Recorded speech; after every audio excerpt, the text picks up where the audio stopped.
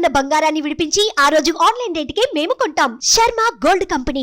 నమస్కారం, welcome to Suman TV. నేను గీతాంజలి. ప్రస్తుతం మనతో పాటు ప్రముఖ జ్యోతిష్యులు బ్రహ్మశ్రీ నందిబట్ల శ్రీహరి శర్మ గురువు గారు ఉన్నారు. వారితో మాట్లాడదాం. గురుగారు నమస్కారం అండి. వాగర్థావివ సంపృక్తౌ వాగర్థ ప్రతిపత్తయే జగతః పితరౌ వందే పార్వతీ పరమేశ్వరౌ. సదాశివ సమారంభాం శంకరాచార్య మధ్యమాం అస్మదాచార్య పర్యంతం వందే గురు పరంపరాం. ఆదిత్యాయ చ సోమాయ మంగళాయ బుధాయ చ గురు శుక్ర శనిభ్యశ్చ రాహవే కేతవే నమః. శృంగేరి జగద్గురు పీఠాధిపతులకి, కంచి పీఠాధిపతులకి నమస్కారములు తెలియజేసుకుంటూ కార్యక్రమాన్ని ప్రారంభిద్దాం. కార్తీక మాసం చూస్తూనే అయిపోయింది గురువు గారు. చాలా అసలు కదా, చాలా త్వరగా అయిపోయినట్టు దీపపు అనిపించింది. ఒత్తి హారతి ఎలా అయితే కరిగిపోతుందో అంత త్వరగా ఈశ్వరానుగ్రహం మనకు అంత తొందరగా వస్తుందా అని ఆలోచన, ఎంత చేసుకుంటే ఇంకా ఈశ్వరుని ఎలా మనం ఆ ఈశ్వర అనుగ్రహం ఎలా పొందాలి, ఇంత తొందరగా అయిపోయిందనే ఆలోచనతోనే మనకు సమయం అంతా 30 రోజులు దాదాపుగా అయిపోతుంది. గడిచిపోయిందా అనిపించింది. ఇక చూస్తూ అమావాస్య డిసెంబర్ 1వ తారీఖు కదండి. ఆ రోజున ప్రత్యేకంగా ఏమైనా విశిష్టత ఉందా అండి? కార్తీక మాసము అసలు సహజంగా అమావాస్య అంటేనే చాలా విశిష్టతమ్మ. ఎందుకనంటే సకల లోకానికి ప్రాణదాత అయినటువంటి సూర్య భగవానుడు ఉండేటువంటి రోజు, పైగా ఆదివారము రవికి సంబంధించినటువంటిది. ఆదివారము అమావాస్య రావడం అనేటువంటిది చాలా విశేషమైనటువంటిది. పైగా మనకు జ్యోతిష శాస్త్రం ప్రకారము పగలు పుట్టినటువంటి వాళ్ళకి పితృకారకుడు రవి, రాత్రి పుట్టినటువంటి వాళ్ళకి శని భగవానుడు పితృకారకుడు. కాబట్టి ఈసారి విశేషం ఏంటంటే అనురాధ నక్షత్రం కూడా, అనగా శని భగవానుడికి సంబంధించిన నక్షత్రం కూడా కలిసి రావడం చాలా విశేషం అమ్మ. కాబట్టి ఆదివారము అమావాస్య మరియు అనురాధ నక్షత్రం, కాబట్టి ఇది చాలా అత్యద్భుతమైనటువంటి అమావాస్యల్లో ఇది కూడా ఒకటి అని చెప్పవచ్చమ్మా. మరి ఆ రోజు ఈ అనురాధ నక్షత్రం వారు కావచ్చు, వాళ్ళు ఏమైనా పూజలు గాని ఏమైనా నియమాలు గాని పాటించాలా అండి? అలా నక్షత్ర ప్రకారంగా చూసుకుంటే అటువంటిది ఏం లేదమ్మా. కాకపోతే ఆదివారం అమావాస్య రావడమే విశేషమైతే శని భగవాన్ సంబంధించినటువంటి నక్షత్రం రావడం కూడా చాలా విశేషం. అందులోనూ శని పీడలతో చాలా మంది ఇబ్బంది పడుతుంటారు. కాబట్టి ఆ రోజున చక్కటి పరిహారాలు కూడా పాటించుకున్నా, అనగా వృషభ, మిథున, కర్కాటక, సింహ, తుల, వృశ్చిక, మకర, కుంభమీన రాశుల్లో జన్మించిన వారికి భవిష్యత్తులో రేపు మార్చి నుంచి శని భగవాన్ కూడా మారుతున్నాడు వచ్చే సంవత్సరం. కాబట్టి ఆ శని భగవాన్ యొక్క మార్పు వలన కూడా కలిగేటువంటి వాళ్ళకి కూడా, అనగా ద్వాదశ రాశుల వాళ్ళకి కూడా శని కర్మాధికారి కాబట్టి కర్మదోషం తొలగించుకునే ప్రక్రియ ఈ ఆదివారం అమావాస్య రోజు రావడం చాలా విశేషం. మరి ఆ రోజు ఏం చేయాలండి? అసలు నియమంగా ఏమైనా పాటించాల్సి ఉంటుందా ప్రతి ఒక్కరు? సహజంగా అమావాస్య అనేటువంటిది అనేసరికి చాలా మందికి వీక్షించేటువంటి సుమన్ టీవీ ప్రేక్షకులు కూడా గుర్తొచ్చేటువంటిది పితృదేవత సంబంధించినటువంటి తిథి. కాబట్టి ఆ రోజున పితృ కార్యక్రమాలు గనక చేసుకుంటే పితృదేవతల అనుగ్రహం కలుగుతుంది. ఈ రోజున మనం అనుభవిస్తున్నటువంటి అన్ని సుఖభోగాలకి లేదా అన్ని రకాలైనటువంటి దుర్యోగాలకి కారణం పితృదేవతల అనుగ్రహం, శాపమే కారణం. కాబట్టి అనుగ్రహం కలిగితే సుఖం కలుగుతుంది, వాళ్ళ శాపం కలిగితే ఆగ్రహం కలిగి వాళ్ళు మనకు వచ్చేటువంటి మంచిని కూడా మన దాకా రానివ్వరు. అంటే ఇక్కడ పితృదేవతలు శాపం పెడుతున్నారని కాదమ్మా, వాళ్ళ క్షుద్బాధలు తీర్చడం వారసులుగా మన బాధ్యత.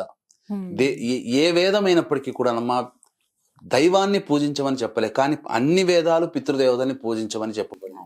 కాబట్టి మనిషి అన్నవాడు తన కనిపించినటువంటి తల్లిదండ్రులకి ఈ యొక్క ఆదివారం అమావాస్య కలిసి వచ్చినటువంటి డిసెంబర్ 1వ తారీఖు రోజున పితృ కార్యక్రమాలు, కనీసము పితృదేవతల చిత్రపటం దగ్గర దీపారాధన చేసి తర్పణాది కార్యక్రమాలు చేయాలి.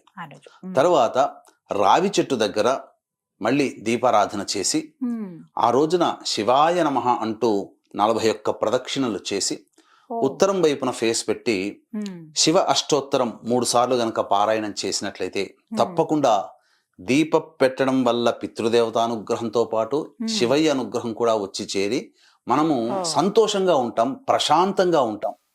ముఖ్యంగా మానవుడికి కావాల్సింది ప్రశాంతతేనమ్మా, అన్ని అవసరం లేదు. ప్రశాంతతకరమైనటువంటి జీవితం ఉంటే వాడు రాజుతో సమానం. అదే కోరుకుంటారండి అందరూ. ప్రత్యేకించి శనిపీడల్లో భాగంగా ద్వాదశ రాశుల వారికి ఏదో ఒక రకంగా శని బాధలు అయితే ఉంటాయండి.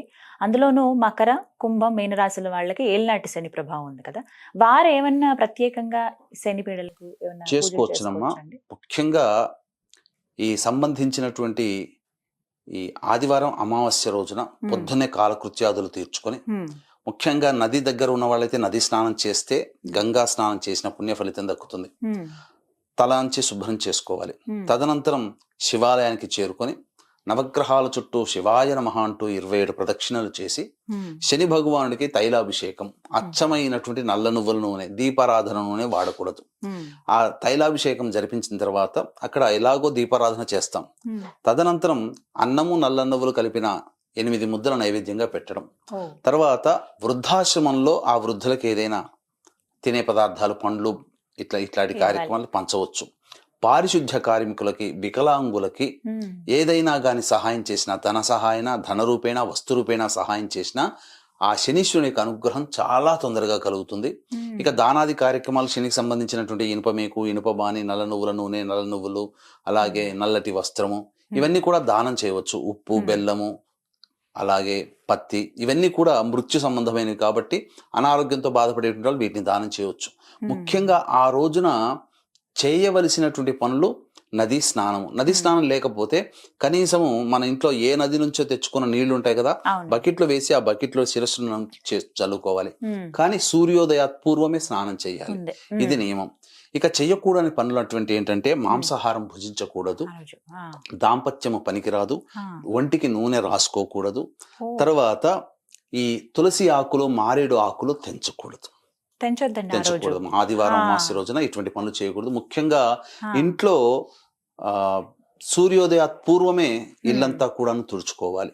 పైగా చీపురు అనగా లక్ష్మీ సంబంధమైనటువంటి వస్తువుల్ని మనం కొనుక్కోకూడదు ఆదివారం రోజున. ఈ నూనె కూడా అమావాస్య వచ్చిన రోజున. కాబట్టి అంతకుముందే అమావాస్య ప్రారంభమైంది కానీ శనివారం నాడు చతుర్దశి ఉంటుంది కాబట్టి ముందు రోజు మారేడు దళాలవి, తులసి దళాలు కోసుకోవచ్చు. మధ్యాహ్నం 3 గంటల చిల్లరకి ఈ అమావాస్య ప్రారంభమవుతుంది కాబట్టి శనివారం నాడు. ఆదివారము 11:59 వరకు అమావాస్య ఉంది కాబట్టి ఈ లోపల పనులన్నీ కూడాను పూర్తి చేసుకోవచ్చమ్మా. ముఖ్యంగా పితృదేవతలకి పిండ ప్రదాన కార్యక్రమాలు చేస్తే మంచిది, లేకపోతే కనీసం తర్పణాలైనా చేయాలి అది. ఇంకా విశేషంగా ఈ అమావాస్య రోజున కాబట్టి శివానుగ్రహము, లక్ష్మీదేవత అనుగ్రహం చాలా తొందరగా కలుగుతుందమ్మా. ఏ విధంగా అండి? ఎందుకంటే అమావాస్య రోజునే లక్ష్మీ అమ్మవారు పుట్టిందని చెప్పి మనకు శాస్త్రాలు ఘోషిస్తున్నాయి. కాబట్టి ఈ లక్ష్మీ అమ్మవారి అనుగ్రహం కోసం ఆ రోజున చక్కగా ఇంట్లో లక్ష్మీ పటానికి, లక్ష్మీనారాయణుడి యొక్క చిత్రపటానికి చక్కగా అలంకరణ చేసి లక్ష్మీనారాయణ సహస్రనామం ఉంటుందమ్మా. సహస్రనామాలలో లక్ష్మీనారాయణ సహస్రనామం ఉంటుంది కాబట్టి ఆ సహస్రనామాన్ని పారాయణం చేసి, లేకపోతే విడిగా తులసి చెట్టు దగ్గర విష్ణు సహస్రనామ పారాయణం, అలాగే లక్ష్మీ సహస్రనామ పారాయణం చేసి 2 అరటి పండ్లు, ఆవు పాలు లేదా మిశ్రి లేదా దానిమ్మ పండు నైవేద్యంగా పెట్టవచ్చు. పెట్టిన తదనంతరం ఎవరికైనా కానీ ఆ యొక్క ఆదివారం అమావాస్య ఉన్నటువంటి సందర్భంలో మిఠాయిలు పంచాలి. లక్ష్మీ అమ్మవారికి స్వీట్ అంటే, మిఠాయిలు అంటే చాలా ఇష్టం. అందుకని మీరు చూశారంటే దీపావళి రోజున ఎక్కువగా మిఠాయిలు పంచుకుంటారు ఆ రోజు. కాబట్టి ఆ అమ్మవారికి ఇష్టమైనటువంటిది మనం ఏదైతే మనం స్వీట్ ని దానం చేస్తామో అంటే కనబడ్డ వాళ్ళకందరికీ కూడా ఇవ్వచ్చునమ్మా. ముఖ్యంగా ఆ రోజున దత్తాత్రేయుని ఆరాధన చాలా విశేషమైన ఫలితం ఇస్తుంది. గురు అనుగ్రహం చాలా తొందరగా కలుగుతుంది కాబట్టి దత్తపాదుకా స్తోత్రము కానీ, దత్తాష్టకము కానీ, దత్త కవచము కానీ వీలైనన్ని సార్లు పారాయణం చేయవచ్చు. ఇంకా అమావాస్య రోజున ఇంకా చెప్పాలి అంటే లలితా సహస్రనామ పారాయణం చేసినా చాలా పుణ్యం అమ్మ. ఆదివారం పౌర్ణమి అని చెబుతారు కానీ ఈ విధంగా లలితా సహస్రనామ పారాయణం చేయడం కూడా విశేషం అమ్మ. కాబట్టి ఎవరికి అలవాటు ఉన్నటువంటి దేవతా స్తోత్రాన్ని వాళ్ళు గనక పారాయణం చేసుకుంటే అద్భుతమైనటువంటి ఫలితం కలుగుతుందమ్మా, అందులో ఏమాత్రం సందేహం లేదు. అలాగే ఈ యొక్క కార్తీక మాసం నెల రోజుల్లో ఆఖరి రోజు కాబట్టి ఈ ఆఖరి రోజున ముఖ్యంగా చంద్రుడు ఉండనటువంటి రోజు, సూర్యుడు మాత్రమే ఉండేటువంటి రోజు కాబట్టి ఈ రవిహోరలో ఎవరైతే ఈశ్వరుడికి ముఖ్యంగా చెరుకు రసంతో కానీ, బెల్లం నీళ్లు కలిపినటువంటి నీటితో కానీ ఈశ్వరునికి అభిషేకం చేస్తే ఉద్యోగ సంబంధమైనటువంటి సమస్యలన్నీ తొలగిపోతాయమ్మా. ఉద్యోగం రాని వాళ్ళకి ఉద్యోగం దొరుకుతుంది. రవిహోర ఎప్పుడు ఉంటుంది? రవిహోర ఉదయం 6:15 నుంచి 7:15 మధ్య కాలంలో వీక్షించేటువంటి ప్రేక్షకులకు గమనిక. ఈ యొక్క కార్తీక మాసం నెల రోజుల పాటు పూజ జరిపిన తర్వాత పోలి పాడ్యమి అనగా పోలి స్వర్గం వెళ్ళినటువంటి రోజున గోకర్ణ క్షేత్రంలో జాతకరీత్యా కలుగు విద్య, వివాహ, ఉద్యోగ, దాంపత్య, సంతాన, అనారోగ్య సమస్యలకు మరియు వృషభ మిథున కర్కాటక సింహతుల వృశ్చిక మకర కుంభమీన రాశిలో జన్మించిన వారికి శనిదోష పరిహారార్థమై సర్వదోష నివారణ పూజల హోమాలు పర్ హెడ్ 1500 రూపాయలకి చేయించడం జరుగుతుంది. అవకాశం ఉన్న వాళ్ళు కార్యక్రమ తంత్రం కాంటాక్ట్ చేసి మీ గోతనామాలు నమోదు చేసుకోవచ్చు.